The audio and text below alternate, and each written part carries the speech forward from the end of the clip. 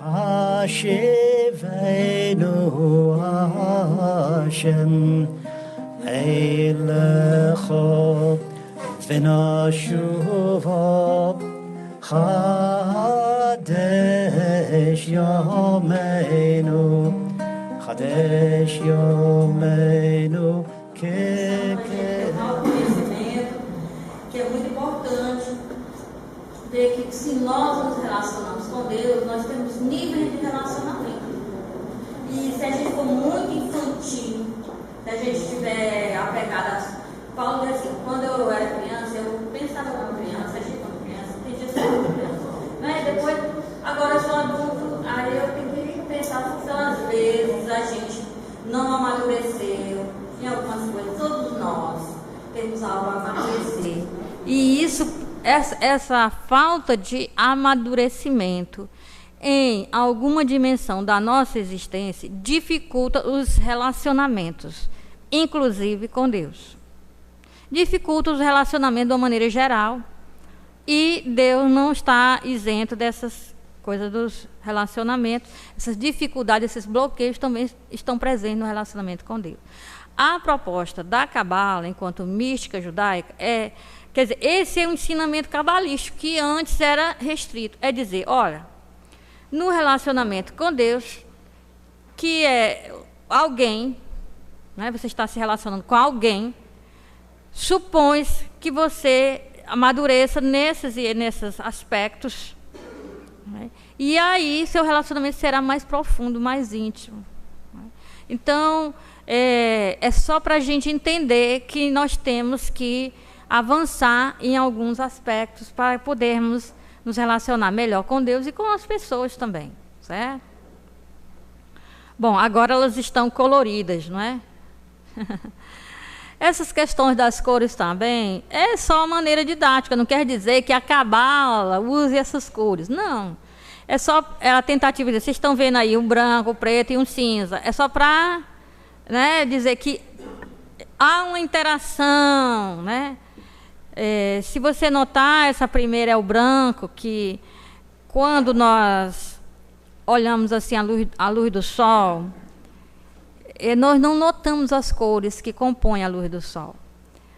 Não é? Se a luz do sol atravessar um prisma, nós veremos todas as cores que estão ali.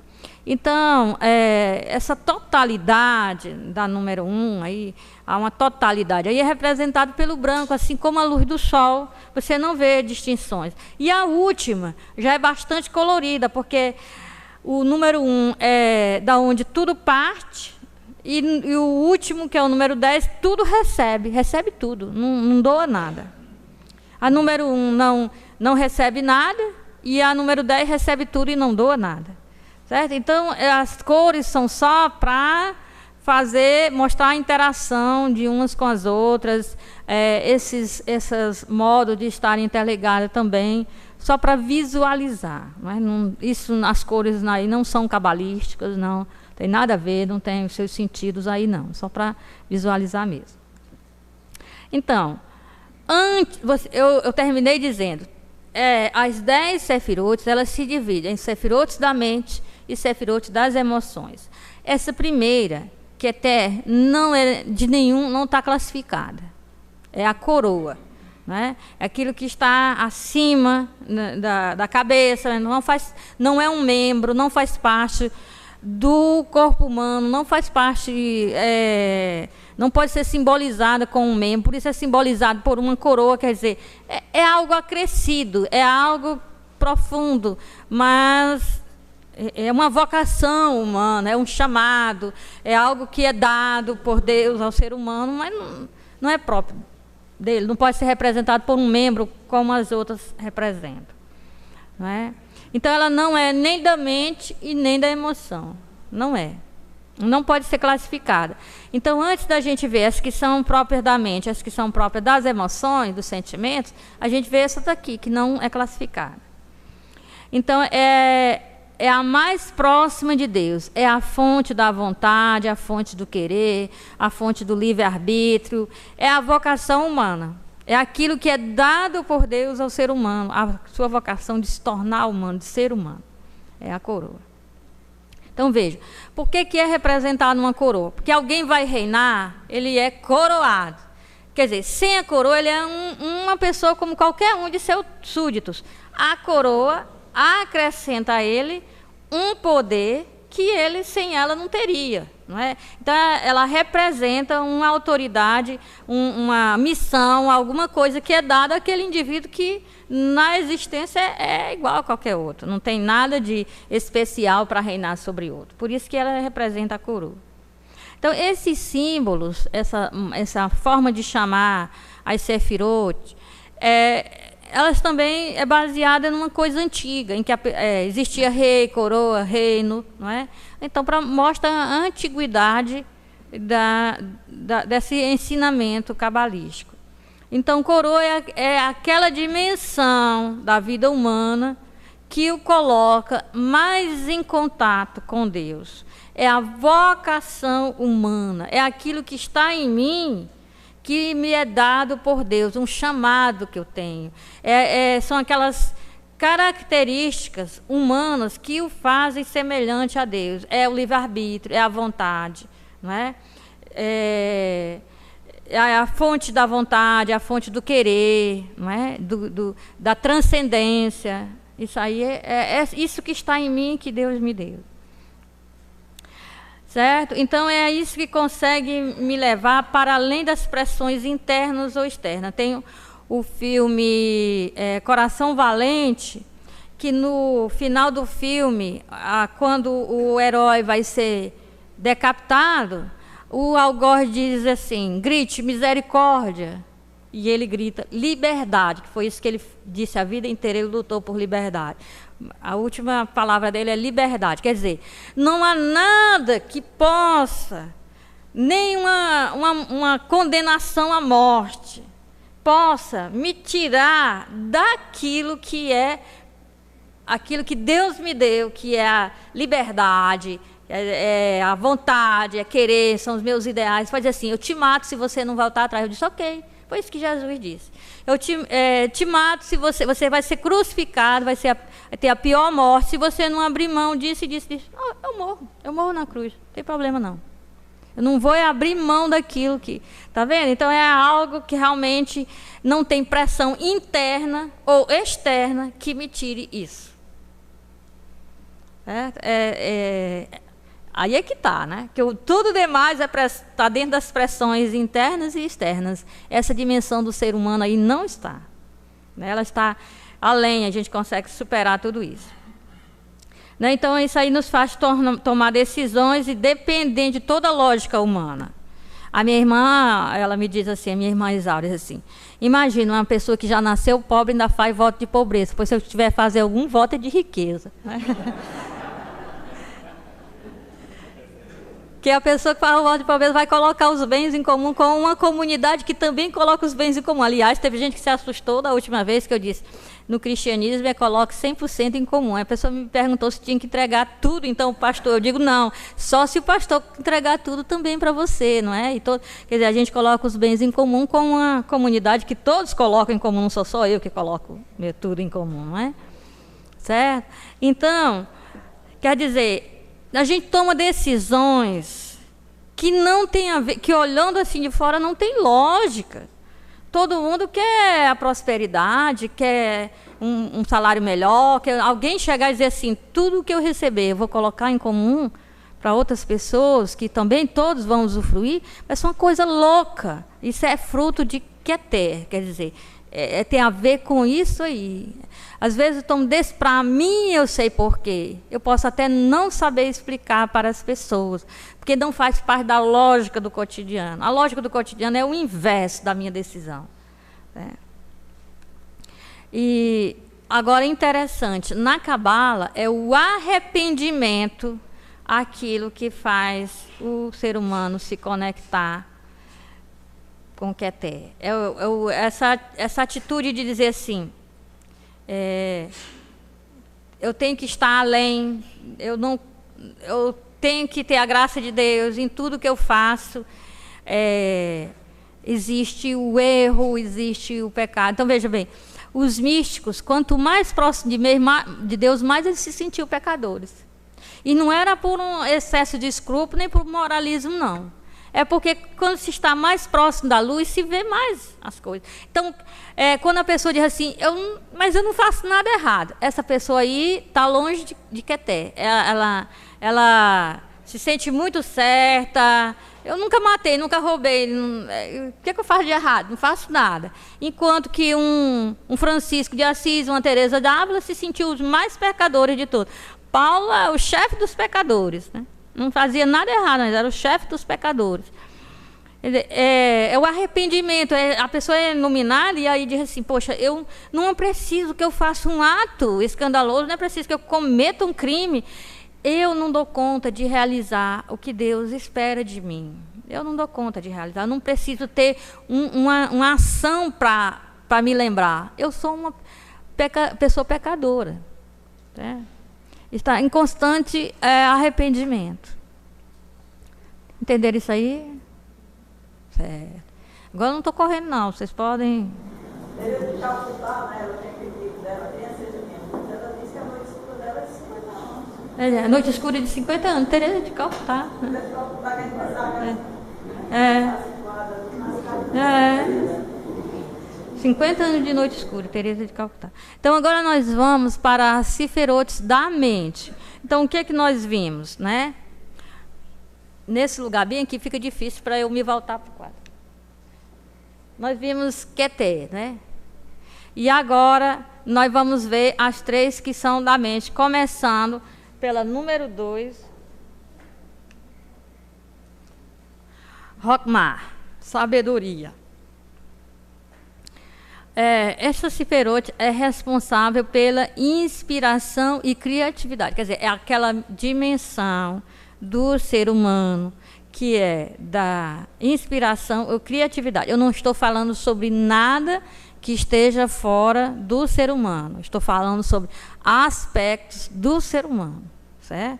Tem um livro que faz tempo que eu não vejo, eu não sei se tem por aqui, que ele é mais antigo, mas chama-se Psicologia e Vida Mística. É um livro baseado nos escritos de Teresa de Ávila, feito por um psicólogo, eu não me lembro direito, em que ela diz que antes de Freud, Teresa de Ávila compreendia a psique humana, né? Que a descrição que ela fez do castelo interior é a descrição da psique humana. Detalhe, Freud e Teresa vêm do judaísmo, certo? Isso aqui é normal numa tradição mística, numa tradição de espiritualidade, no judaísmo. Ok. Bom, então, que sabedoria e criatividade é essa? É um insight, é um estalo. Estalo subconsciente que desencadeia o raciocínio. É aquele que a gente diz inspiração. Fui inspirada a fazer uma obra de arte, né? Veio uma ideia de trabalhar isso no doutorado. É aquele estalo inicial, ainda não aprofundado, não... Os alunos me procuram aqui para monografia e dizem, eu quero fazer a minha monografia, eu quero que você seja minha orientadora. Ok, você vai fazer sobre o quê? Paulo, o pensamento de Paulo. O que em Paulo? Bom, eu só tenho o estalo de que vai ser em Paulo de Tarso. Eu disse, pois é bom que o estalo fique melhorado, porque só com o estalo não dá ainda para se ter uma monografia, certo? Vamos aprofundar aí, vamos ver, delimitar, ver o que vai ser, porque senão não vai dar para fazer a monografia. Por enquanto é só uma ideia, né? Então, antes do projeto é uma ideia, é um insight, né? Tem uma ideia de trabalhar sobre isso, mas ainda está uma coisa bem subconsciente. Bom, contém os elementos básicos de nossa personalidade, é a base daquilo que nós identificamos a nossa cosmovisão. A gente não tem tematizado, mas essa Rokhmah, essa sabedoria, é a partir daí que a gente vê as coisas. Por exemplo, eu sou uma mulher nordestina, nascida nos Cafundó do Piauí. Isso que faz com que faz a minha visão de mundo. Eu entendo o mundo a partir disso aí, não é? Quer dizer, isso aí está na origem dos meus insights. Eu tenho coisas que são importantes para mim por causa dessa minha cosmovisão, e que essa minha cosmovisão a gente vai ver como foi que adquiriu. Por enquanto na sabedoria, nessa dimensão aí de Rockmar, que eles chamam de sabedoria, daí as ideias surgem a partir de uma visão de mundo. Eu tenho uma ideia de Deus, eu tenho uma ideia de que é ser humano, tenho uma ideia de mundo, que um judeu teria diferente, um europeu teria diferente, uma pessoa rica tem diferente de uma pessoa pobre. Quer dizer, essa cosmovisão é dela que brotam os estalos, os insights, as ideias. Brota de uma cosmovisão. A cosmovisão não é departamento agora dessa Rockmar. A gente vai ver. À medida que a gente vai descendo, a gente vai aprofundando no ser humano e a coisa vai ficando mais material. Tanto que o último é o chão que a gente pisa, é o reino, é a cidade, é o contexto, é aquilo que... aquele ambiente no qual eu vivo, certo? Deu para entender aí? Quer dizer, as nossas ideias, aquilo que é importante para a gente, até para um trabalho de pesquisa, tem a ver com a nossa cosmovisão, certo? Então, está marcado, tem o exegeta Bultmann, Rudolf Bultmann, que as pessoas ou odeiam ou amam Bultmann, mas não pode, na Bíblia ninguém pode deixar de considerar, né? Ou seja, para amar, ou seja, para odiar. Ele diz que é impossível para o pesquisador não ter uma ideologia, até quando diz, eu vou pesquisar mosquito da dengue. Tem uma ideologia no pesquisador por causa disso. Ou é porque eu nasci numa favela, eu sou uma pessoa pobre, fulano, ou então, fulano que morreu de uma doença assim, assim. Tem algo que é a minha cosmovisão, a minha ideologia. Então, o pesquisador, ele tem que estar consciente de suas ideologias para que ele não force a pesquisa a confirmar suas ideologias. Porque todo pesquisador tem uma cosmovisão, tem um conjunto de ideologias, todos. Ele tem que ter consciência de quais são para que ele se torne imparcial. Mas elas estão aí. Até mesmo quando ele diz, eu vou pesquisar isso e não outra coisa. Só o tema do que vai pesquisar já é fruto de uma cosmovisão, certo? Nada aqui está elaborado, são apenas os insights, as ideias brotando, né? Os lampejos, isso. Então, é também a capacidade de aprender com os outros, que a gente não tematiza, né? Certas coisas a gente diz, eu não sou nem doido de ir por aqui, mas a gente não faz, é porque no relacionamento com as pessoas a gente aprendeu isso, mas a gente não sabe, a gente não diz, porque eu aprendi com fulano, isso aí já é um pensamento elaborado, não é? Tem coisas que a gente aprende com as pessoas e com o meio, não é? Nós temos cócegas porque nós aprendemos quando estávamos nas cavernas que animais podem caminhar em nosso corpo. Mas a gente mesmo tentar fazer cócega, a gente não sente, não é? É um modo de defesa, certo? É um modo de defesa para a gente acordar se alguma coisa tentar passear no corpo da gente. Nós não estamos mais na caverna, não estamos dormindo no chão, mas a gente ainda tem isso. E ninguém vai está tematizando, eu tenho cócega, porque lá na pré-história, quem é que vai pensar uma coisa dessa? Então, essa dimensão aí da sabedoria, ela não é assim tematizada, não. São os lampejos, né? São aquelas ideias suas. É representada pela parte direita do cérebro. Veja, são sefirotes da mente, é representada pela parte direita do cérebro. E é representada pelo elemento masculino, o pai, certo? O pai. Então, certas coisas é por causa do que recebeu do pai, seja com um relacionamento bom ou ruim, ou seja, porque foi. Essas coisas atematizadas, essa cosmovisão, essa coisa tem a ver com o pai. Não sei se é, mas a Cabala diz. Eu estou só dizendo, tem a ver com o pai, né? Com aquilo que nós tivemos de relacionamento com o pai. Já a ciência também já disse que, parece que confirmou essa questão da parte direita do cérebro como responsável pelas ideias, né? O surgimento das ideias. Tudo bem? Podemos passar? Podem falar, perguntar, viu? Qualquer coisa. Se eu não souber, eu digo que eu não sei, não tem problema nenhum. Não sou doutorado em cabala, né? Então, agora nós temos número 3, binar. A razão, o raciocínio dedutivo. Agora as ideias já estão elaboradas, não é só mais o estalo. Então, é o sistema lógico através do qual o estalo, o insight, o lampejo é delineado e definido. Agora o aluno já vai dizer, não, é mais ou menos isso que eu quero estudar no pensamento de Paulo. Ah, tá, pensamento de Paulo. Então já elabora melhor.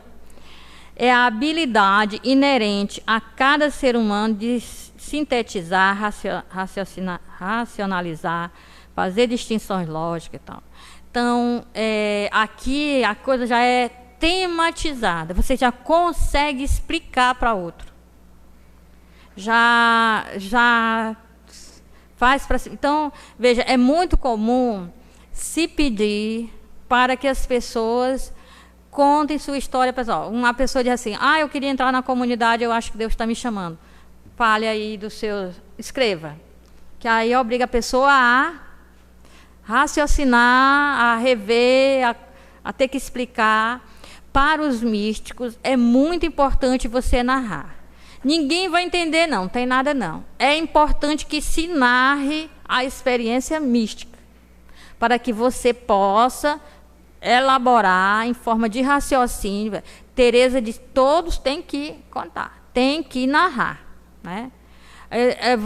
E aí é que é muito difícil narrar. Teresa diz, uma coisa é a mercê, a graça, outra coisa é saber que graça é a mercê, o que significa isso, e outra coisa é narrar a mercê. Aí é que é difícil, não é? Contar uma experiência mística.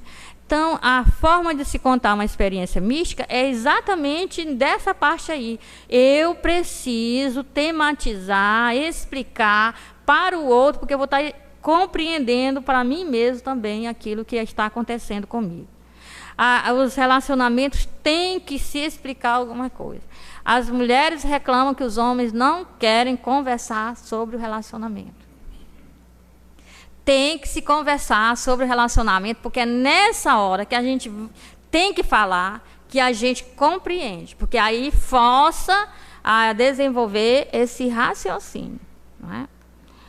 Então, é a parte representada pela parte esquerda do cérebro e representa o elemento feminino, a mãe.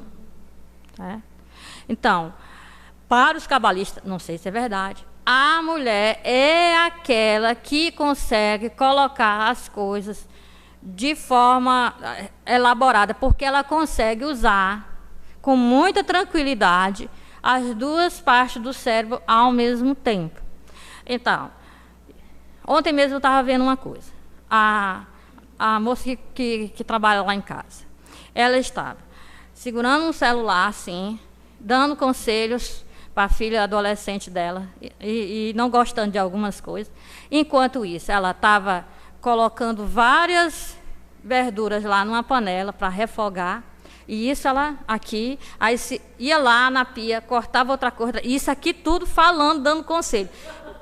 E fazendo tudo aquilo. Você pensa, ela estava usando as duas partes, ela estava cuidando de um assunto fundamental na vida dela.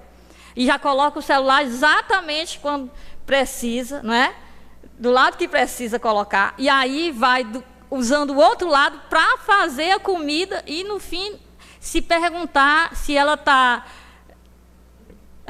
Como é que funciona o negócio? Ela não vai saber dizer, mas funciona, não é? 1001 coisa ao mesmo tempo ela faz. Então, e as coisas têm sua coisa lógica. Então fica analisando também com muita facilidade todas as coisas, e aí no trânsito isso não funciona. Se começar a analisar as diversas possibilidades, aí no trânsito é um desastre. Porque o trânsito não segue lógica. Tem as leis do trânsito, mas as pessoas não seguem. Então, aí fica difícil trabalhar sem a lógica. Então, até aí foram as sefirotes da mente, essas duas. Vocês entenderam isso? Elas são apenas representadas. Isso não quer dizer que sejam. Que eu tenho a parte direita do cérebro, a parte esquerda do cérebro, responsável. Não, ele está simbolizando no corpo humano, para elas estarem lado a lado. Os cabalistas antigos não tinham noção de que parte direita do cérebro faz isso, parte esquerda do cérebro é responsável. Não tinham noção. Isso quer dizer o seguinte, elas são gêmeas. Não é? Elas estão logo abaixo da coroa, que é aquilo que é a minha vocação, meu chamado, né? meu livre-arbítrio, etc. Está aqui e estão em pé de igualdade. Uma é uma coisa e a outra estão juntas aqui. Professor, tem um livro de uma artista plástica chamada Beth Edwards, que ela trabalha esse conceito, e ele é um conceito científico que os americanos trabalham para desenvolver essa questão da arte nas crianças e nos jovens. Isso é totalmente condizente, entendeu? Essa parte holística é o lado direito, né? E o lado esquerdo é o mais formal. É o mais formal, Boa contribuição, gostei. É um livro excelente. Tá aí, mais um que eu vou botar para a lista. Certo, mais um para a fila de leitura. Mais alguém? Certo. Então, agora as da emoção. São as outras, né? As restantes. Então, vocês estão vendo aí, tem Keté, que está acima dessa divisão, dessa distinção. E tem a segunda e a terceira, Rokhmah e Binah, que são gêmeas aí que estariam, no corpo humano, estariam representadas pela cabeça. É aí que se supõe da Ati, que ela fica meio invisível. A cabeça. Então, se eu represento Rokhmah com um lado do cérebro e Binah com o outro lado do cérebro, não é possível pensar em duas metades do cérebro assim. Então, o que se pensa é o cérebro inteiro em ação, não é? Então, supõe Binah que não supõe da Ati que não aparece aí, ela fica meio invisível. Então, 2 e 3 seriam essas representadas pelas partes do cérebro. Então, são mentais. Agora, nós vamos para essas... A partir da terceira, da quarta, quer dizer, nós vamos passar para as sefirotes da emoção. Então, as sefirotes da emoção vão se dividir também em 2 grupos. O primeiro grupo envolve um relacionamento no sentido unidirecional. Não tem reciprocidade. É o que eu sinto em relação às pessoas, independente de ter retorno ou não. Certo? É sentimentos como altruísmo, misericórdia, o que eu faço pelas pessoas, independente de querer reciprocidade. É o incondicional. Agora, isso aí é o primeiro grupo. O segundo grupo vai haver reciprocidade. Porque tem aspectos no ser humano, que são emoções no ser humano, que não envolvem reciprocidade. Que as pessoas não estão preocupadas em um retorno. Né? Que elas fazem porque são humanos mesmo, e isso nelas é muito desenvolvido. Vocês estão vendo que a gente começa dessas coisas mais desenvolvidas para as menos, vai baixando a sefirote, vai ficando mais o nosso chão.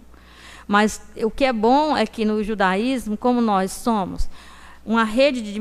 Se eu digo que o ser humano, eu posso simbolizar o ser humano em 10 sefirotes, eu acho muito melhor do que dizer que ele é corpo e alma. Que tem a parte do corpo que é tudo negativo, que não presta para nada, e o bom é a parte da alma ou espírito. Não é? Isso não existe. Simplesmente, seres humanos são várias dimensões, são aspectos. E eu estou aqui, nessa tradição cabalista, resumindo esses aspectos principais em 10, que em outras sabedorias são divididos de outras formas, são outros nomes, são outras coisas. Porque tudo isso é só uma tentativa de entender o ser humano, para entender o ser humano em relação. Porque é próprio do ser humano ser relação. Nós começamos a nos relacionar antes de nascermos. E, pelo menos, o catolicismo acredita, e outras religiões, que existe ainda o relacionamento depois da morte. Não é? Porque o relacionamento não pode ser cortado simplesmente pela morte, porque ele existe antes da vida. Então, na vida intrauterina, por exemplo, já desde o início já há relacionamento. É por isso que existem traumas intrauterinos, não é? Então já há relacionamento, e não é tematizado e não é verbalizado, mas já existe, não é? É sentido, porque relacionamento é isso, as emoções estão nos sentidos, não é? Certo? Então, essa primeira parte aqui é só unidirecional, é de mim para o outrem. Né? Então, neste nível ainda não há reciprocidade. Bom, a primeira, Hesed, misericórdia. É a melhor forma de traduzir. Geralmente, essas palavras são muito difíceis de traduzir para os nossos idiomas. Né? É o dar-se incondicionalmente ao outro. Isso é que é misericórdia. É porque, quando eu vou transliterar, esta letra para o português, para nossos idiomas, não é?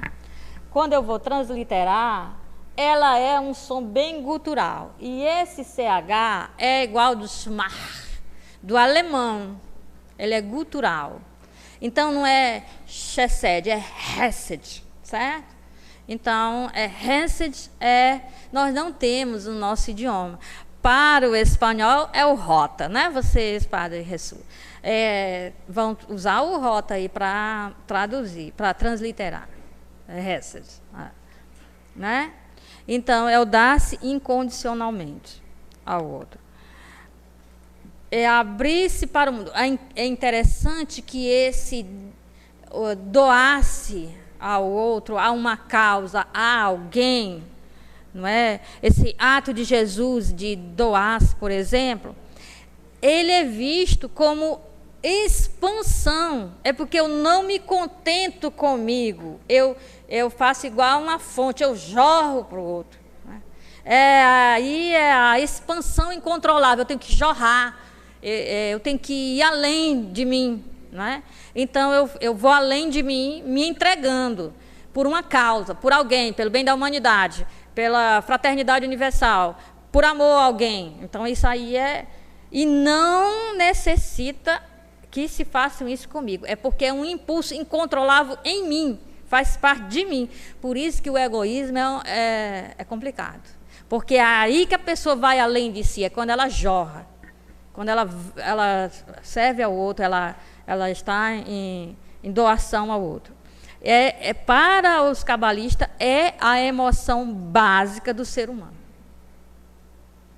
O egoísmo não é o básico. O básico do ser humano é transcender-se. Ele é chamado à infinitude. Ele quer ir além de si. E o ego sou eu mesmo. Então, eu não vou para além de mim coisa nenhuma, quando eu sou egoísta.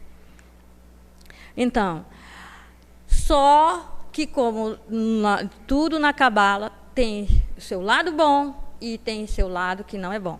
Quando nós temos aí os pares, quer dizer o seguinte, esses pares, eles se completam. Sozinhos, eles são prejudiciais à pessoa. Então, uma pessoa que vive integralmente só para doar-se e não espera nunca o receber a reciprocidade, não é?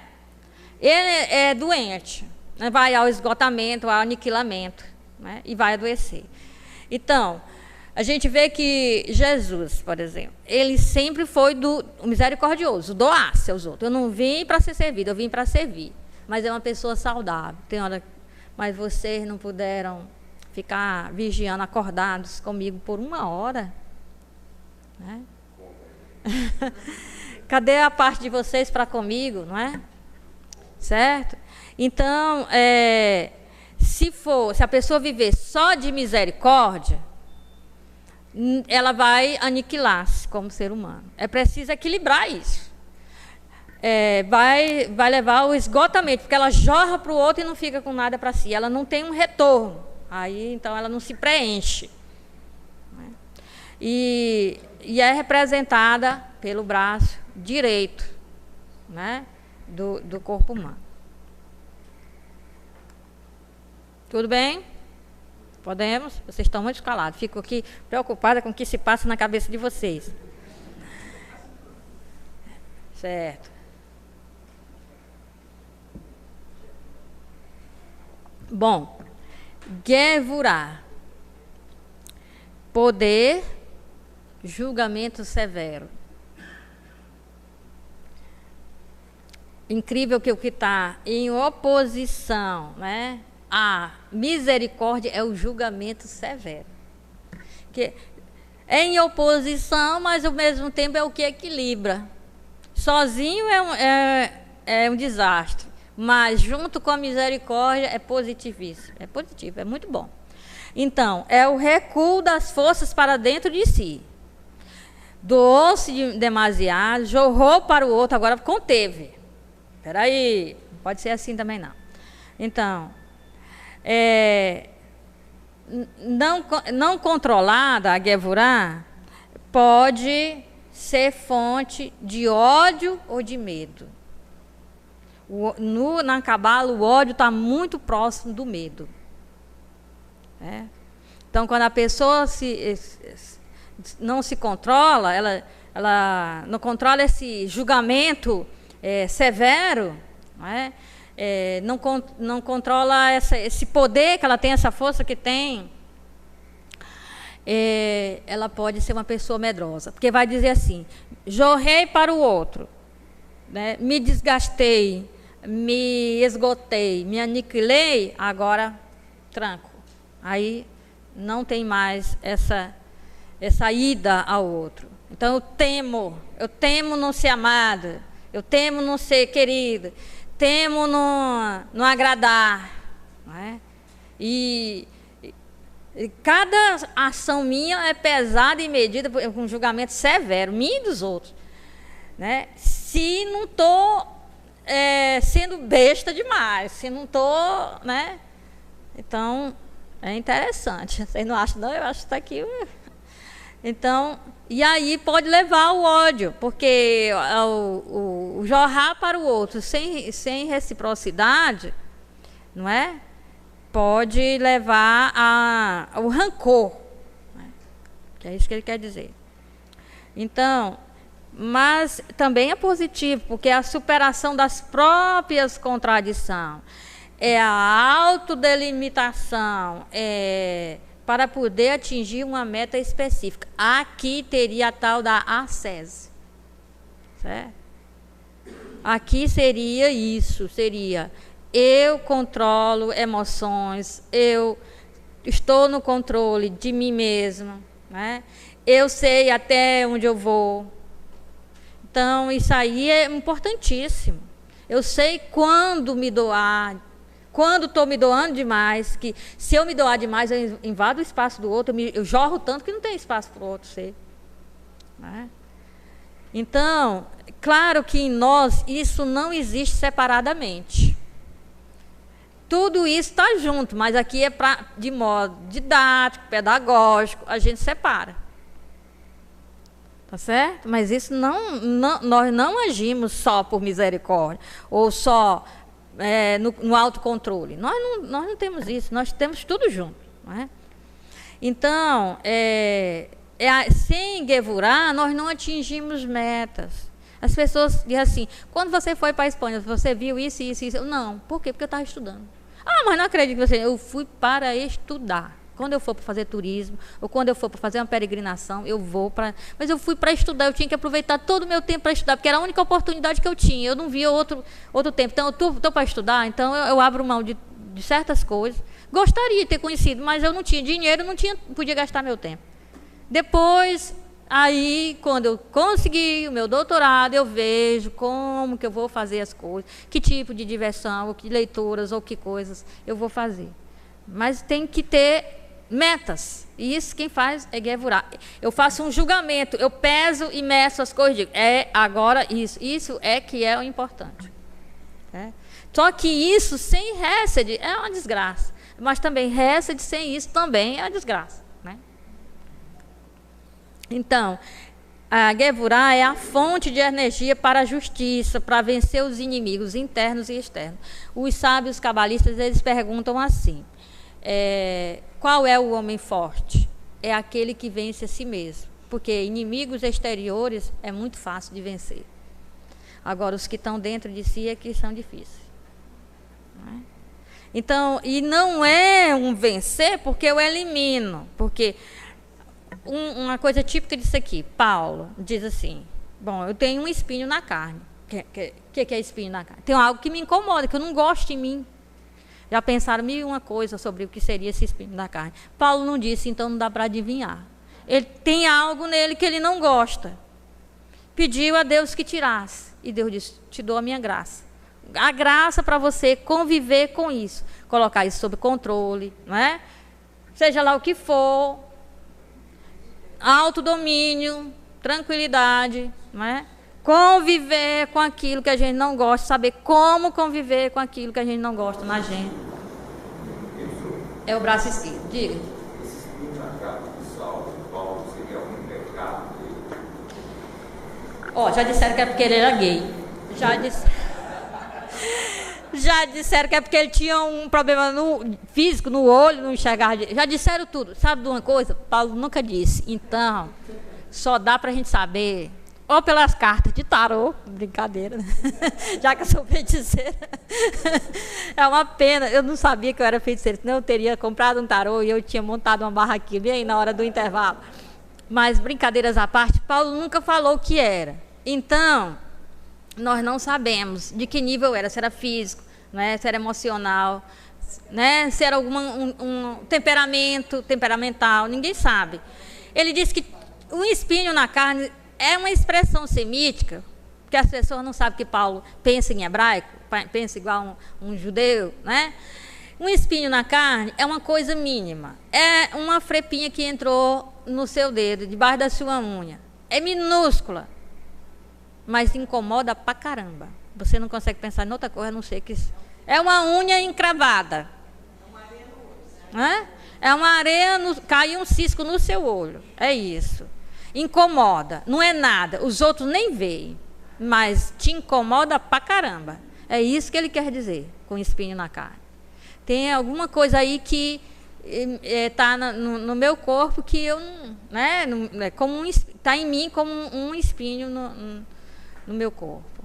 Que ninguém vê, que ninguém nota, que ninguém sabe, mas me incomoda. É isso. Só isso. Mas ele não disse o que é. Segredo dele. Tem seus segredos, não é? Então é representado pelo braço esquerdo, não é? Que bom que é representado pelo braço esquerdo, porque geralmente se lutava a espada com o braço direito. Com o braço esquerdo é o escudo, não é? Aí eu limito até o meu corpo, coloco o escudo aqui, estou protegido, mas eu também estou com minha ação limitada. Eu psicologicamente entendo que eu vou até ali onde está meu escudo. Depois dali eu também não ajo. Entenderam como é que é? Essas formas de representar é baseado no mundo antigo, que é uma tradição muito antiga. Tudo bem? Certo. Ok. Bom, até que está indo mais rápido do que eu pensava, né? Então temos aí essa central aí, que é Tiferet, que é beleza, harmonia, compaixão. Veja, compaixão aí no hebraico não é a mesma coisa que misericórdia. Misericórdia seria aquele jorrar de si para o outro, expandir-se na ajuda ao outro, até morrer por causa de alguém.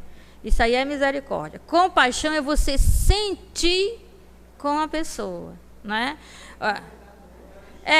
Um exemplo. Uma mãe está com o filho no hospital. O filho está com febre, está sentindo uma dor física. Ele está sentindo uma dor física, está no hospital, hospitalizado. A mãe está ali junto sofrendo. Não é porque ela não está sentindo uma dor física que ela não está sentindo dor, que talvez a dor não seja maior do que a dele. Ela sente, é o sentimento que se tem pelo outro, que vem do amor. Então, já suponho a misericórdia aí, certo? Já suponho. Então, é porque eu amo que aquilo que a pessoa sente me afeta. Eu sinto psicologicamente. Não, nenhuma dessas coisas precisa ser verbalizadas. Nenhuma. Tá certo? São aspectos humanos. Às vezes, no sentido da compaixão, o que menos acontece é uma verbalização. É estar ali do lado, não é? É ser solidário. É ser, olha, às vezes as pessoas, a pessoa é casada, está em crise, o matrimônio, vem falar comigo, né?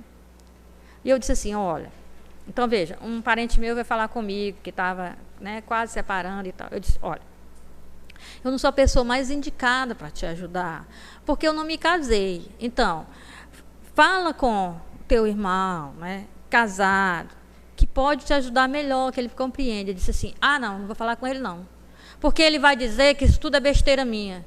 Sabe o que eu quero falar é com você, porque você se importa comigo. Quer dizer, eu não preciso entender do problema dele, está falando comigo é porque não é? Ele sabe que eu vou dar atenção, aquilo ali vai, eu tenho atenção a isso. Se ele não está bem, eu estou atenta, eu estou solidária com isso. Então, eu não entendo nada de crises matrimoniais, mas eu sou solidária. Então, é melhor falar comigo do que quem pode viver a mesma crise, mas não está nem aí. Certo? Então, compaixão não quer dizer tanto que, porque eu não posso entender que eu não sou mãe. Não, eu sou solidária com a pessoa, o que é próprio de uma mãe, eu me solidarizo, eu sinto compaixão, mesmo sem ter vivido a mesma experiência. A compaixão não significa que a pessoa tenha que viver a mesma experiência, que significa que a pessoa se solidariza com o outro. Então, ela é bem central, porque aqui ela é a harmonia. Ela é a harmonia de tudo que a gente viu agora e do que a gente ainda vai ver. Ela é bem central. Então, por isso que ela se chama também harmonia. É o julgamento atenuado pelo amor. E a Gevurah é o julgamento, aqui ele é amenizado pelo amor. E a Hesed é doar-se, aqui esse doar-se está equilibrado. Né? Certo? Então, ela consegue fazer a harmonia dessas coisas. Nem tanto um controle e nem tanto misericórdia. Mas solidariedade, compaixão. Por isso que também é chamado de beleza. A beleza aí no sentido semítico, ela não é tanto uma beleza física. Ela é o equilíbrio, a integração. Isso é que é beleza. O que dá um aspecto belo à pessoa, a serenidade. A pessoa serena, ela tem carisma. E aí as pessoas se apaixonam não por uma beleza física, porque é passageira. Ela se apaixona por uma pessoa que tem um carisma, tem um quê? Uma harmonia, né? Uma tranquilidade, uma serenidade. Então, quando as pessoas procuram um cônjuge, pelo menos era no ambiente semita, procuravam isso. Uma pessoa serena, tranquila, harmonizada. Não é? Porque o ambiente era muito confuso, muito hostil. A beleza física, ela está e depois não está. Por isso que eu digo, há uma cor positiva em ser feio. A gente não fica decepcionado quando a idade chega. Porque a gente sempre foi feio. Ninguém vai dizer, olha, mas como eu estou feio. Não é? Para tudo na vida tem que ter uma cor positiva. Não é? Isso aí eu aprendi com o judaísmo. Tudo há uma coisa positiva. Não é? Então, além do mais, eu aprendi com a irmã Luciene que o feio tem a obrigação de ser simpático. Porque não há... Essa foi uma frase que, olha, eu era superiora, coordenadora da casa, e a irmã Luciene era minha formanda, e ela me disse uma coisa que eu não vou esquecer nunca. O feio tem a obrigação de ser simpático. E eu cito o provérbio, cito a autora do provérbio. Então, diferente também representa a verdade. Porque somente uma pessoa verdadeira, a pessoa só pode ser verdadeira se estiver equilibrada. A Teresa associa a verdade à humildade. Né? Então, tinha aquela historinha lá que a irmã né? Chegou lá na oração, na frente de todas as outras irmãs, meu Deus, batendo no peito, como eu sou pecadora, como eu sou pecadora, como eu sou pecadora. Tereza chegou e disse assim, irmã, já que você é tão pecadora, não acrescente mais esse pecado, volte lá para o seu lugar e fique quieta, né? Quer dizer, porque a humildade é a verdade, você tem que ser verdadeiro, você sendo verdadeiro, sendo humilde, está sendo verdadeiro. Você pode chegar e se fazer da pessoa mais humilde do mundo, mas na realidade você não está sendo verdadeiro. Com essa aparente humildade, você está sendo vaidoso, querendo ser louvado. Jesus já condenou isso nos fariseus. Não é? Tem fariseus que fazem orações, não é? No meio das praças, usam franjas, né, maiores do que os outros, para mostrar que são piedosos, são mais santos que os outros, são mais humildes que os outros. Então, não é verdadeiro, não é humilde, não é humilde, não é verdadeiro. Também, somente a pessoa equilibrada pode ter relações equilibradas. Isso aí é muito importante. Então, essa Tiferete é a da beleza, porque ela é aquela que vai, né, estar já no final desse primeiro grupo. E já chegando para o final desse primeiro grupo, não é? Então ela já tem a questão da reciprocidade. Então supõe-se que uma pessoa mais serena, mais equilibrada. Aqui depois a gente vai ver os relacionamentos duradouros. Por enquanto ainda é um relacionamento de início, não é? Aqui que está regido por diferente. Quer dizer, quando se procura alguém sereno, equilibrado e tal. Então, no corpo físico é o tronco, é o abdômen, não é? É representado pelo abdômen. Por isso que ela está bem no centro. Tudo bem? Certo. Tranquilo? Parece que nós vamos terminar mais cedo do que a gente pensa. No grupo 2, as restantes, não é? As seguintes sefirotes estão no nível da reciprocidade dos relacionamentos. Até a anterior, que tem eu posso me apaixonar, que é a beleza pela qual eu me apaixono, uma beleza serena, né? Equilibrada, né? Certo. Agora aqui já começa essa reciprocidade. Então, Netzar, resistência duradoura. Uma resistência que é longa, que dura, que é perene. É a vontade de vencer, de conquistar e de realizar-se. Então, essa parte do conquistar, essa parte do querer vencer, está em todas as pessoas. A conquista amorosa, a conquista de um título, querer passar no vestibular, querer colar grau, querer as várias coisas que as pessoas querem conquistar e que sentem prazer em conquistar, né? A vontade de se realizar, a vontade de vencer em todos os sentidos, tem a ver com essa Seferot. Então, e esses sentimentos, essa vontade de conquistar, ela tem que se realizar nos relacionamentos, tem que ver isso se concretizando, né? O que realmente me dá prazer é ver se concretizando. Então, se é uma conquista amorosa, a pessoa quer conquistar o coração da outra pessoa. Se é a conquista de uma medalha, é a conquista de um título, é a conquista de um título, seja o que for, enquanto não vê se realizar, não sente o prazer, não sente felicidade, né? Tem que ver a coisa se concretizando.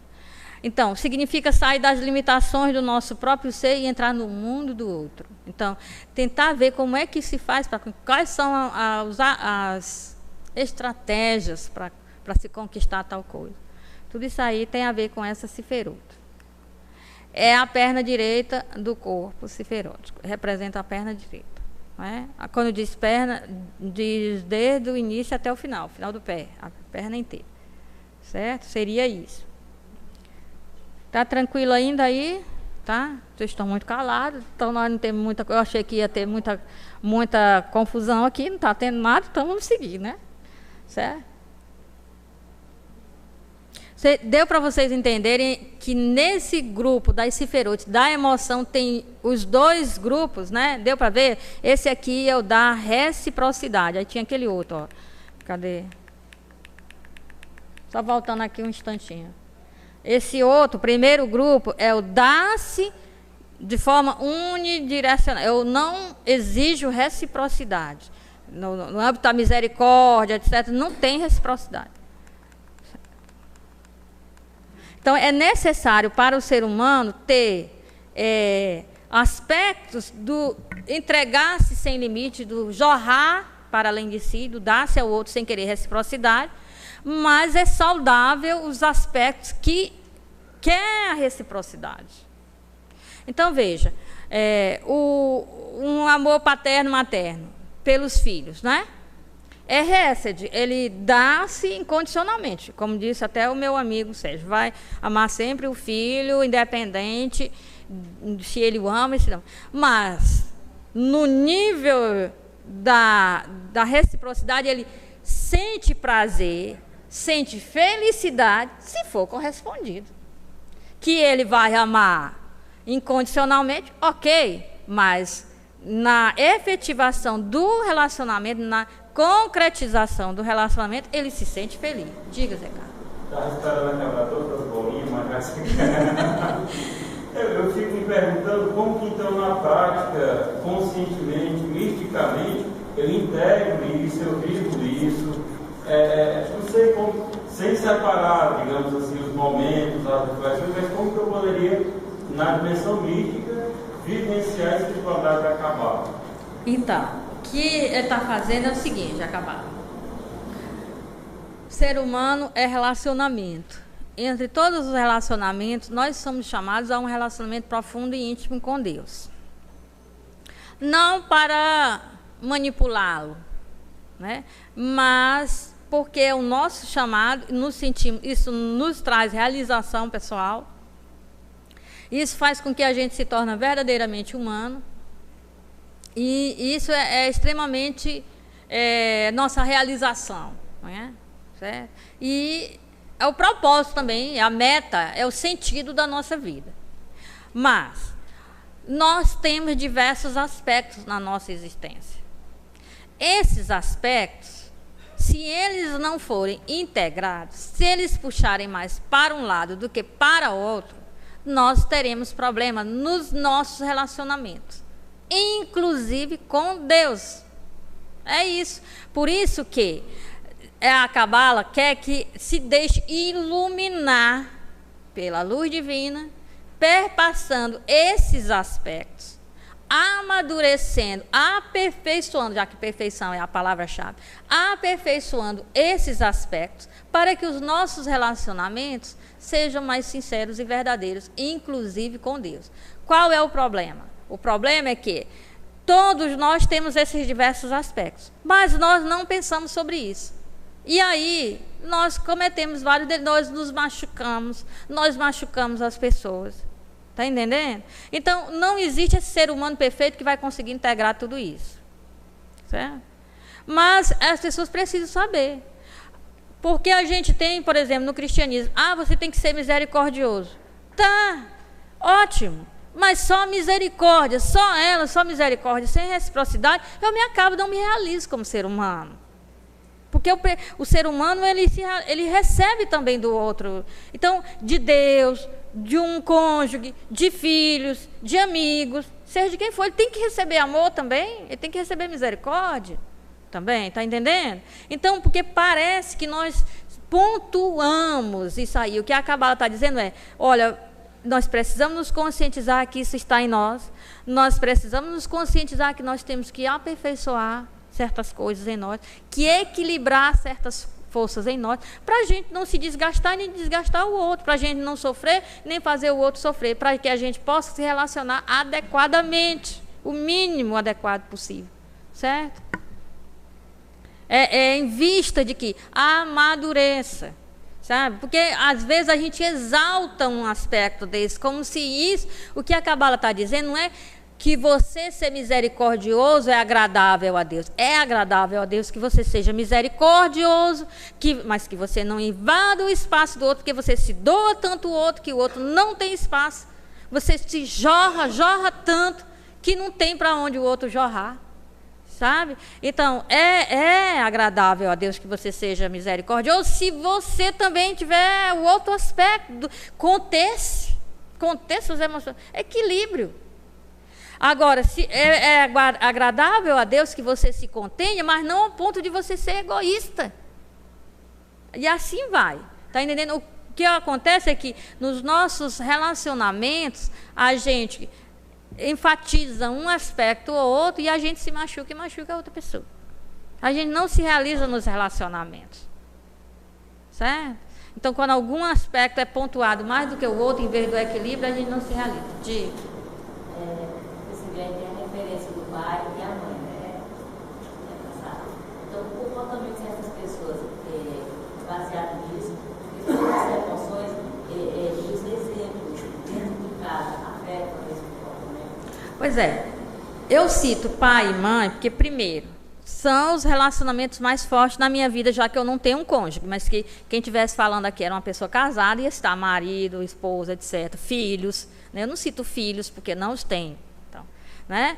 Então, e também porque é por onde começa a nossa vida nos relacionamentos. Então, os nossos relacionamentos começam em casa. Eu me relaciono com pai, mãe, ou mãe, eu sou mãe, ou pai, meus irmãos, avós, seja lá quem for tio, dependendo da família. Eu tenho que ir traçando relacionamentos a partir da minha família. Depois, quando eu estou, pelo menos o correto seria isso, é depois ser lançado no mundo do estranho, do estrangeiro, do estranho, que é a mesma coisa, eu saber lidar com eles, que aí já tem outro relacionamento. Qual é o problema? Primeiro, família está um conceito que nós não sabemos direito o que é. Depois, nós somos colocados num relacionamento social sem o familiar. A gente vai para a creche primeiro, aí tem que lidar com os estranhos, eles ficam os íntimos e os familiares ficam os estranhos. Aí dá um nó em todas essas bolinhas aí da cabala, né? Elas giram ao contrário. Porque o da creche passa a ser minha família, a babá passa a ser minha família, e minha mãe e meu pai passam a ser os estranhos, porque eu não encontro com eles, não relaciono com eles. Então, se é uma coisa natural, os nossos relacionamentos começam com os membros da família, que é um tipo de relacionamento, e depois nós enfrentamos o mundo dos estranhos. E aí, baseada nos relacionamentos familiares, eu me garanto nos relacionamentos sociais, que vai ser de outro nível. Depois tem um relacionamento conjugal, que é de outro nível, e assim vai. Então, o problema é que nossos relacionamentos já começam a ser frustrados na família. E aí, quando eu passo para um relacionamento em sociedade ou com um cônjuge, aí ele explode, porque ele já não vem amadurecido do aspecto familiar. Tá certo? Então, tem certas sefirotes aqui que ela é ótima, mas sozinha é submissão total, é aniquilamento de si. E como é que um relacionamento pode ser saudável, um relacionamento conjugal, se um dos cônjuges tem que se aniquilar para que o relacionamento exista? Então, não é verdadeiro relacionamento, está entendendo? É isso que está aí. O que a Cabala faz é conheça a si mesmo para você saber como se relacionar com Deus, com os outros, consigo mesmo, com a criatura, com a matéria, com o dinheiro, com a sua profissão. Olha, há pessoas que sentem prazer no acúmulo ou na profissão, um prazer tão grande que eles suplantam o prazer de constituir família. Certo? Tem dia assim, olha, eu não me caso porque eu agora estou numa fase, né, da minha profissão que não dá, certo? Já para esse nível de compreensão da Cabala, isso aí é doentio. É doentio. Certo? Só há uma forma de não constituir família em torno de um ideal que a família você poderia fazer sofrer alguém, ou você poderia cobrar de alguém que tenha um ideal que você não tem. Uma das matriarcas mais elogiadas é Sara, que ela não teve essas experiências que Abraão teve. E lá vai seguir Abraão para fazer as loucuras que Abraão está fazendo. Então, para Abraão, aquilo ali é natural, porque vai ir para outra terra, ir para o estrangeiro, porque ele teve uma experiência com Deus. E Sara? Como que Abraão pode cobrar de Sara uma experiência aqui? Decidir. Quando ele decide por ela e por ele. Por isso que ela não tem nenhuma obrigação de seguir. Ela pode ficar com a família, com o clã. Ela pode voltar para o clã dela. Porque ela não fez aquelas experiências. Tá certo? Então, A Mishnah, que é outro tratado judaico, não tem muito a ver com isso aqui, diz assim, o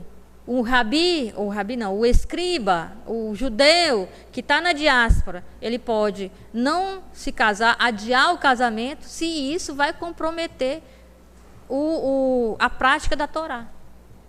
Se para casar ele não pudesse seguir a prática da Torá. Então, ele evitará por um tempo, não toma uma decisão definitiva, até que o casamento não atrapalhe a minha missão. Eu não exijo das pessoas uma missão que não foi dada a ela.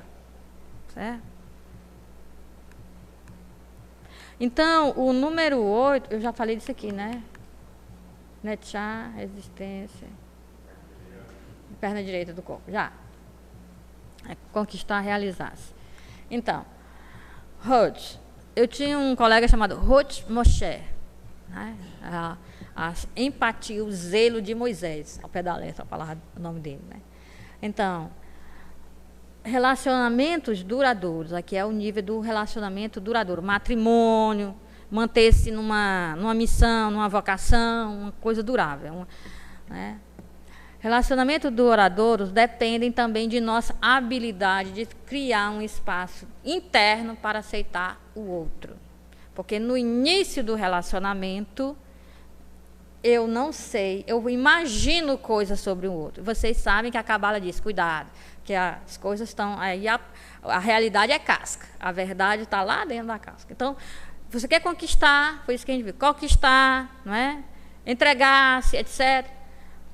Mas agora o relacionamento permanece ou não permanece se a pessoa já tiver amadurecido nesse sentido aí. De dentro de mim eu crio um espaço para acolher, aceitar o outro que vai se mostrando diferente daquilo que eu vi nele no início e que me fez tentar conquistar. Então, serve para relacionamento conjugal, vida comunitária, relacionamento de pais e filhos. Por quê?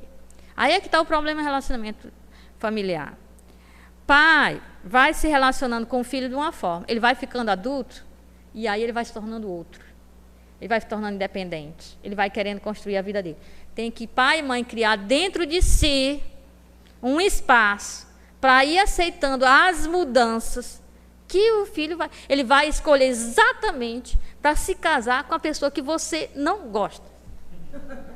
Principalmente as mães, né? O filho casa exatamente com a moça que ela não gosta, que ela mais detesta. Tem que criar dentro de si esse espaço para aceitar a mudança do outro, para aceitar que o outro seja como ele é, sem cobrar que ele se transforme em alguém que você gostaria que fosse, não é? Isso aí é maturidade. É pé no chão, está ficando mais perto do chão, você vai vendo que o pé vai ficando mais no chão. Resta de, é o ideal, eu vou me doar, morrer pela fé, morrer por Jesus Cristo, morrer pelo mundo, pela pátria, são os ideais, muito lá em cima. Agora é pé no chão. Olha, relacionamento só dura se você, não o outro, você criar dentro de si um espaço para a aceitação do outro. E isso com Deus também. Porque eu estou lá, eu vou fazer 25 anos que estou na comunidade, né? Esse ano, 2013. Aí eu estou lá, jovenzinha, fazendo um retiro.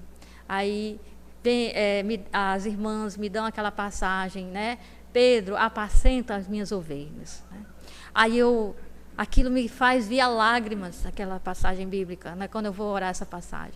Meu Deus do céu, as ovelhas de Cristo é o que há de mais precioso para Cristo. Cristo morreu pelas ovelhas. Ele está me pedindo que eu apacente as ovelhas. Meu Deus, que coisa mais linda, maravilhosa. Fico apaixonada por Cristo, resolvo dizer o meu sim, entro na comunidade depois das ovelhinhas.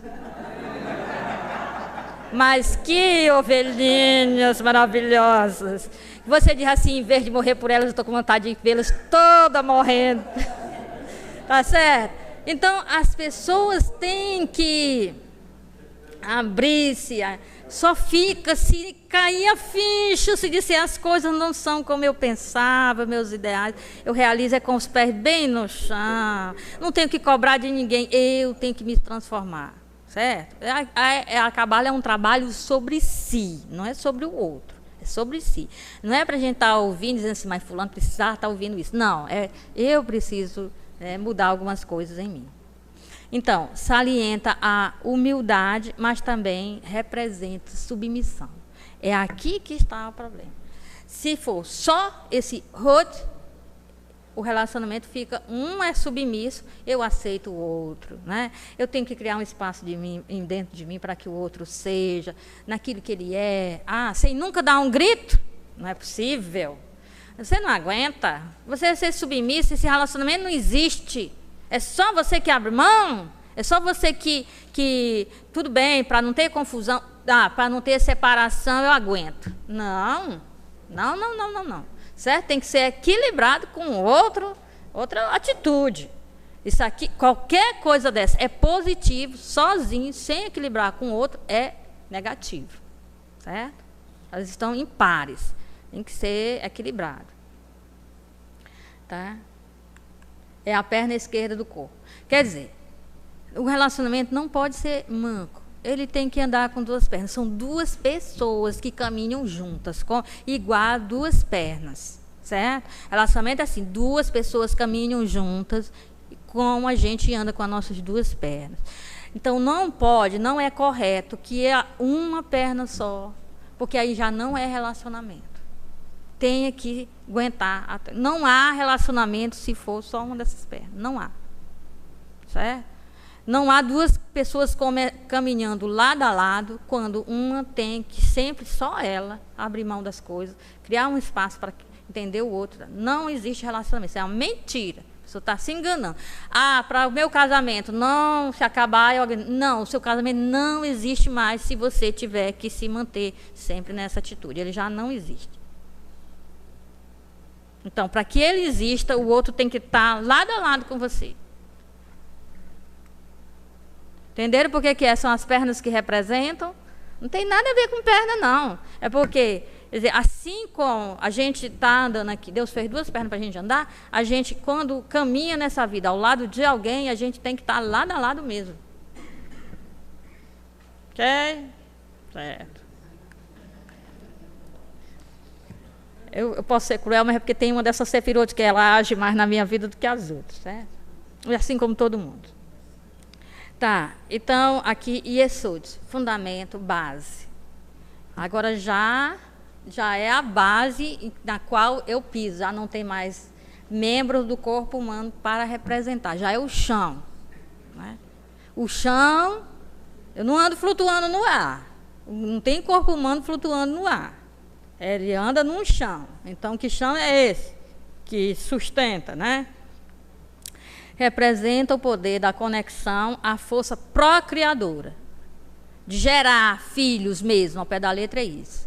Se não há geração de filhos, essa força ela tem que ser canalizada para uma situação, porque ela existe. E ela não pode explodir nas pessoas. Ela tem que ser canalizada, gerar a vida de outra forma. Certo?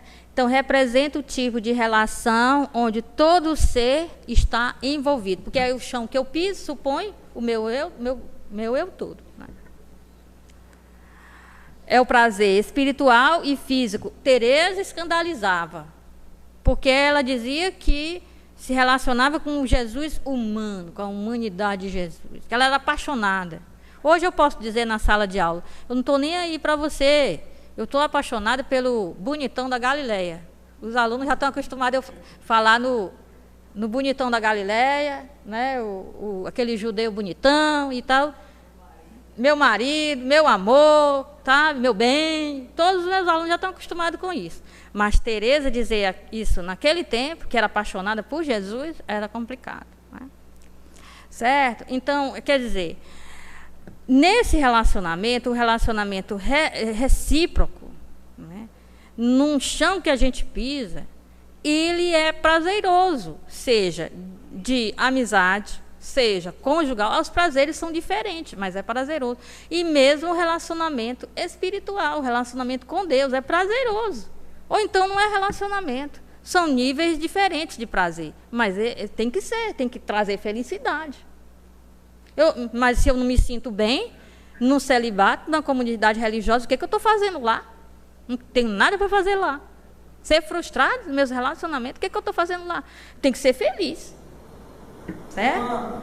Isso não é um tipo de sublimação e racionalização, psicanaliticamente falando, psicológica, uma maneira de substituir? Olha, eu acho que não, porque relacionamentos a níveis de Se está felicidade. faltando uma perna, né?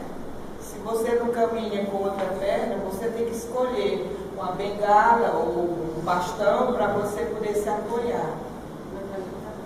Mas isso não... É o que eu estou pensando Certo, assim, tá. no sentido prático. Certo, deixa eu te dizer uma coisa. O que havia era o seguinte: pessoas se sentiam chamadas para o matrimônio, mas elas eram direcionadas para uma vida religiosa. Quando elas chegavam na vida celibatária, elas eram instruídas a sublime. Isso que você gostaria de ter, você gostaria de ter filhos, trate as outras pessoas, substitua. E essa orientação nós não temos mais numa comunidade religiosa. O que se diz é, você é chamada ao celibato, você tem vocação celibatária, porque o celibatário ele não anda só.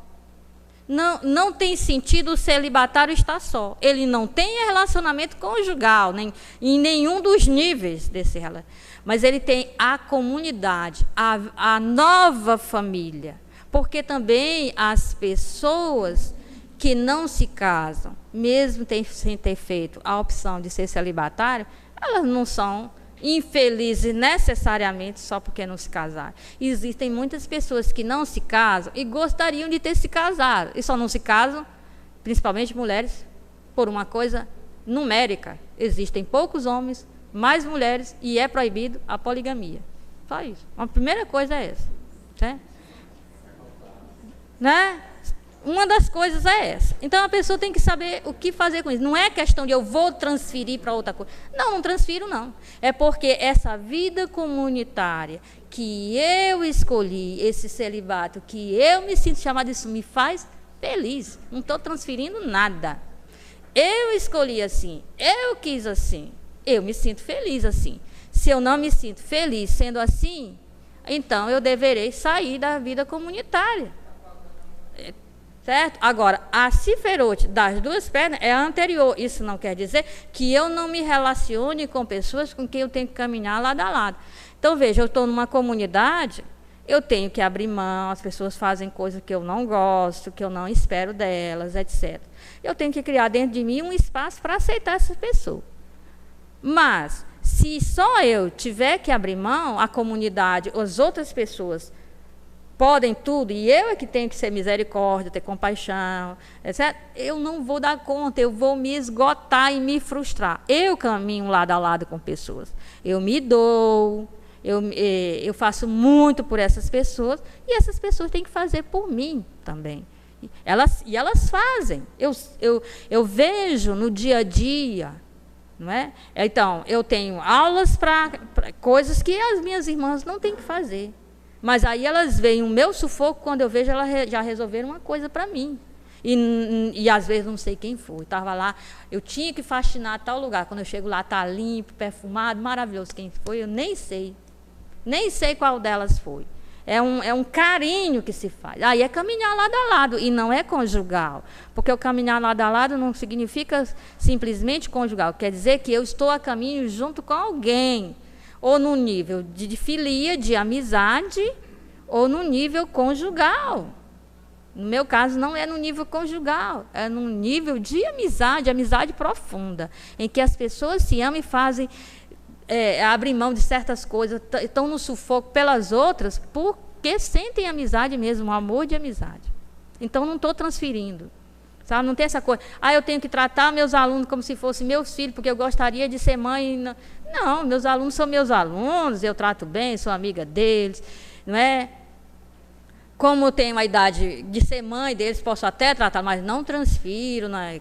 Quando começam com muita coisa, eu digo, não pare ninguém. Isso aí é uma frase também que eu estou acostumada a dizer, quem convive comigo sabe que, né, eu sou muito maternal com todo mundo, porque sou a irmã mais velha da minha família, tratei os meus irmãos como se fosse mãe deles, ajudei a criar, então isso aí é inerente em mim. Eu trato todas as pessoas, até da minha idade, como se fosse um sentimento muito maternal, que adquiri desde criança. Mas quando começa a cobrar muito que eu seja mãe, eu digo, não pare ninguém, não pare ninguém, não pare ninguém. Né? Certo? Diga. A senhora falou na questão dessa dimensão de caminhar, entendido como filia. Só um episódio, mas no caso, eu posso iniciar esse caminhar com o outro no filia para se tornar ágape, ou o ágape já tem que estar em contato comigo para que eu possa me relacionar? É porque na mentalidade, eu falei para que a gente pudesse entender melhor, né? Na mentalidade judaica não há tanto esses diversos termos para o sentimento do amor. Que o amor é um amor, é profundo. Ou você ama ou você odeia. Em hebraico diz assim, se você ou ama ou odeia, não tem esses meios termos que existem no grego. Que o grego nos ajuda com esse amor. Eros, né?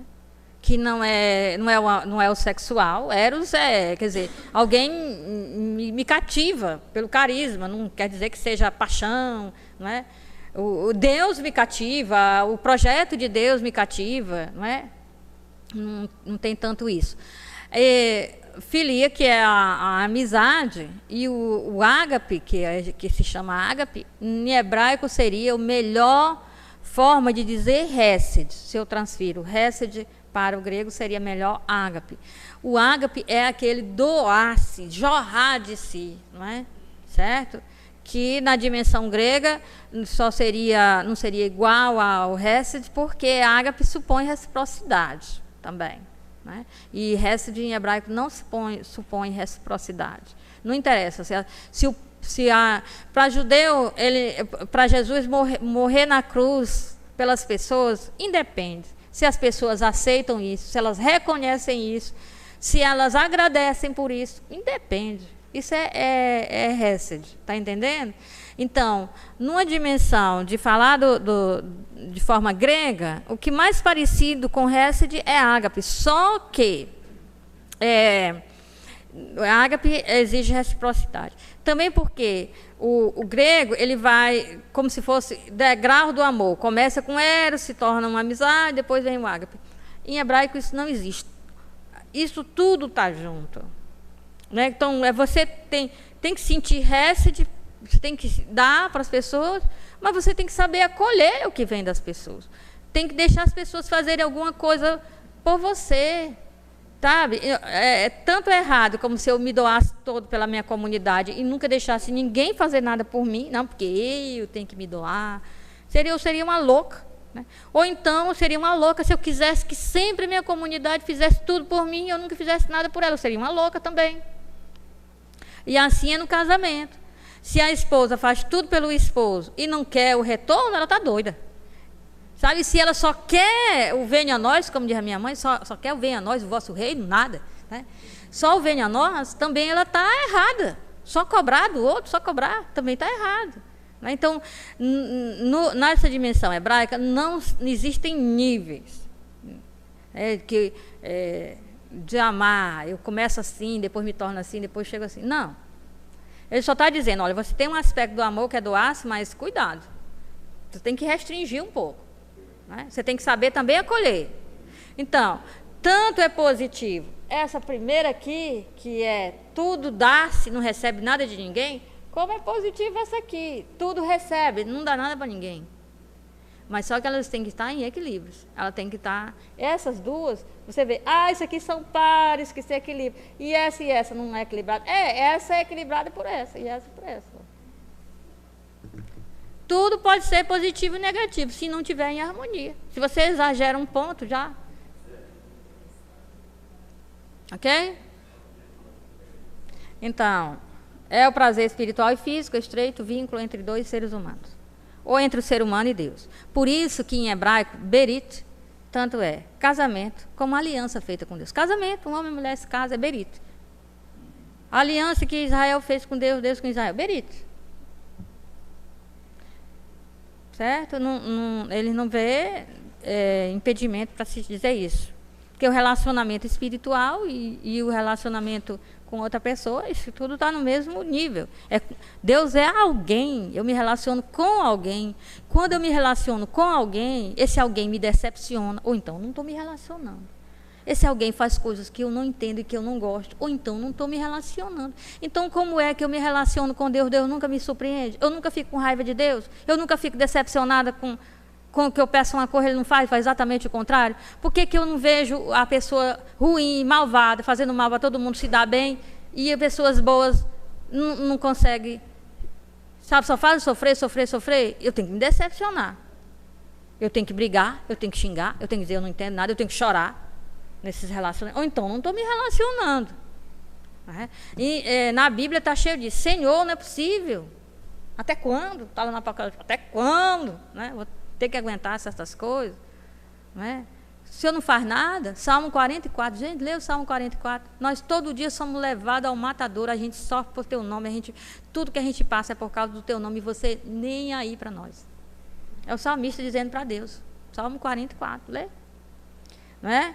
Então, o poder da comunicação, de se concentrar na pessoa com quem se está comunicando, realmente ter essa troca, isso aí tudo é Yesod, é o fundamento. Então, por que nesse nível aí eu posso ter uma troca sincera com as pessoas? Porque eu estou no nível do chão, nós estamos ali, nós dois, nós duas, em cima daquele chão. Não é? Então, aí sim, nós estamos no mesmo nível, nós podemos ter verdadeiramente reciprocidade. Então, o meu chão também é minha história pessoal. Na linguagem, não sei qual é a linguagem da África, tem Ubuntu, né? Ubuntu são todas as pessoas que estiveram na minha vida, fazendo bem, fazendo mal. É minha história pessoal, marcada por relacionamentos. Então, eu sou marcada por relacionamentos positivos e negativos. E isso está presente nos meus relacionamentos atuais. Né? Bom, e aí a última, o reino, Malkut, o chão que eu vivo numa sociedade, num reino, numa cidade, num contexto histórico, num ambiente. Né? Certo? É o ponto de encontro de todas as sefirot, sua expressão final. É o mundo onde o potencial latente é concretizado. Então, nessa questão, a minha realidade, o meu contexto, se eu fizer alguma coisa por ele, tudo recebe, não doa nada. Então, isso aí é bom a gente saber. Porque eu vou fazer uma evangelização, uma missão, um evangelismo, uma coisa. Eu vou planejar, vou me desgastar, vou executar, e aí eu vou querer o quê? Sucesso. E o que vai ter? Nada. Vai ter. É aquele que Jesus foi para Nazaré, não pôde fazer nada. Depois de uma viagem longa para Nazaré, não pôde fazer nada, que as pessoas não acreditavam. Só diziam, esse aí, né, o filho do Zé, da Maria, né, não são esses os irmãos dele, as irmãs dele, não são esses aí. Então, o que ele está querendo ser tão importante? Por que eu vou lá ouvir o que ele tem para dizer? Nós não conhecemos? Não é ele aqui, do carpinteiro, cara da carpintaria? E agora? É mais do que carpinteiro? Como é que é esse negócio? Né? Então, não vai ter, não, é só para receber. O contexto só vai receber. O meu mundo, o reino onde eu vivo, só vai receber de mim. Se devolver alguma coisa, é pancada. Por quê? Porque eu espero receber algo. Gente, não espere receber. Você vai... É por isso que Jesus disse, olha, a semente, ela cresce sozinha, à noite, o agricultor planta lá e ela vai crescer sozinha. Às vezes a gente sabe os frutos. Olha, por exemplo, eu desgasto muita energia para montar esses cursos aqui.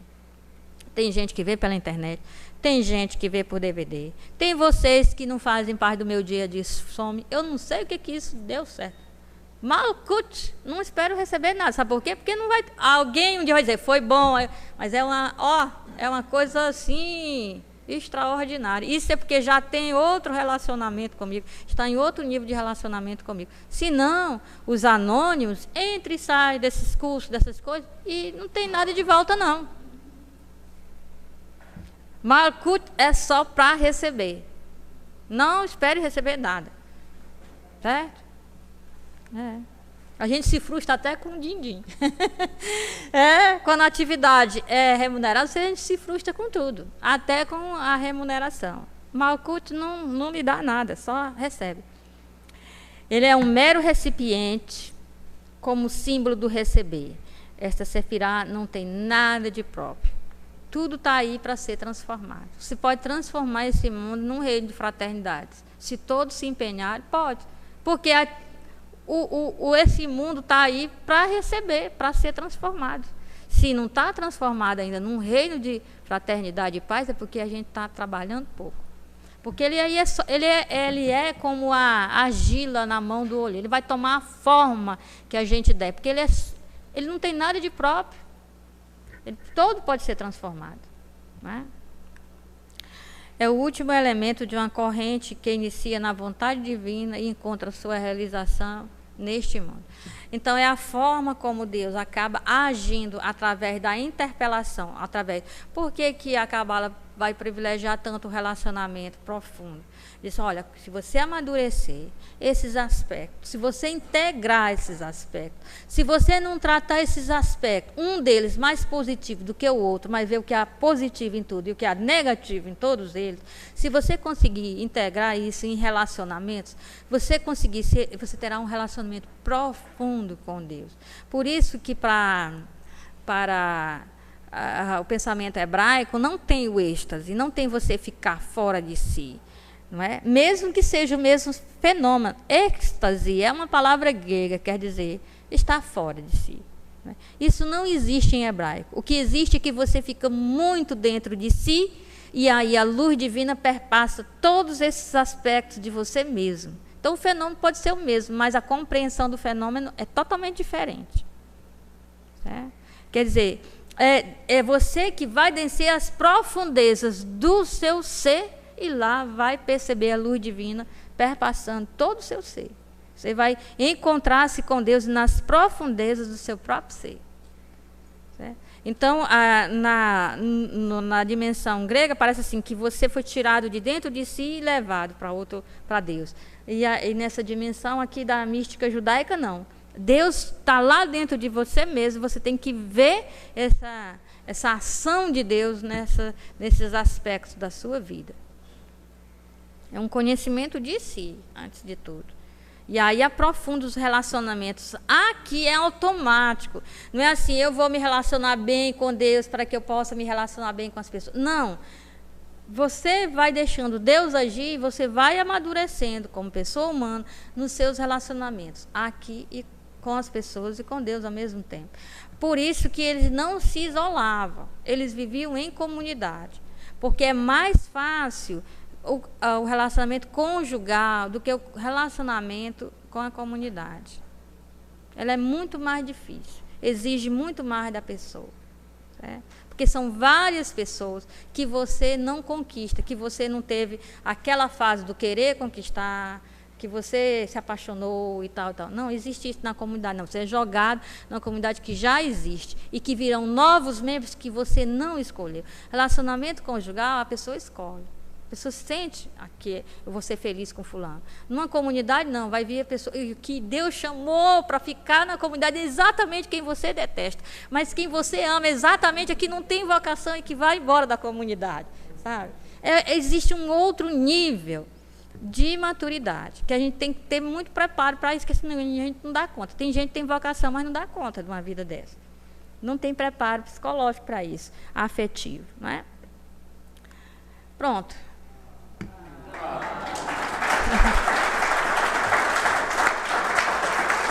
Certo.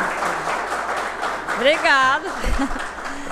Pois então, eu espero que vocês tenham gostado. Foi muito rápido. Isso aqui é só uma introdução brevíssima ao aspecto principal da Cabala. Não é uma coisa, vocês não vão sair daqui doutorados sobre a Cabala, né? Mas vocês viram pelo menos que não é feitiçaria, né? Tá, isso já é bom, isso já é importante. Você veio de voltar.